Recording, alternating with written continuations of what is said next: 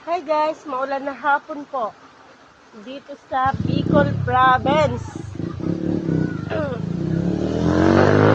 Dahil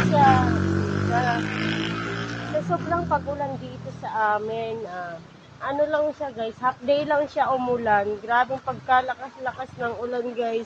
Sa sobrang lakas ng ulan, naabot na po yung bahay ko ng tubig baha guys. Tingnan nyo naman po ang loob ng aking bahay. Ang dumi-dumi naman po dito kasi yung mga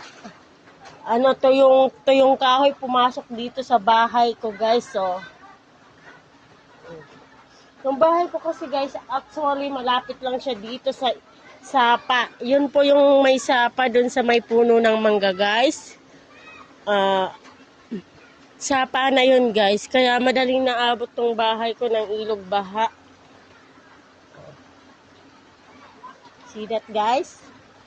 So guys, halos napapalibutan yung bahay ko ng ilog, ng tubig baha guys.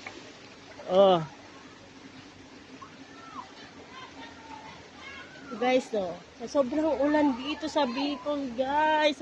Ang lalim na po guys ng dito, tubig baha. Tingnan nyo naman guys, yung paligid dito sa amin. Yung yung daanan, hindi na madaanan ng mga motor kasi baha na rin guys.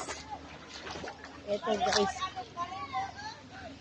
Naging kuha ng aninang.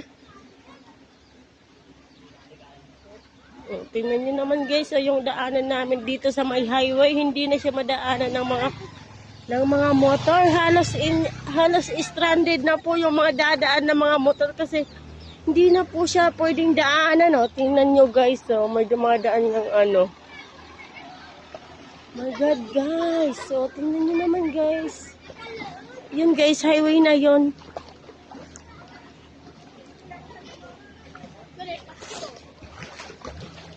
Guys, ang dumi. Oh my God guys.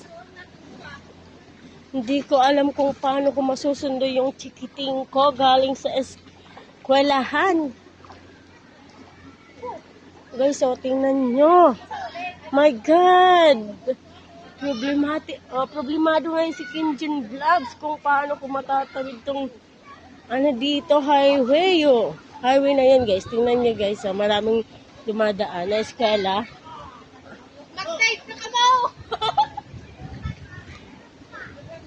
Oh my God, guys.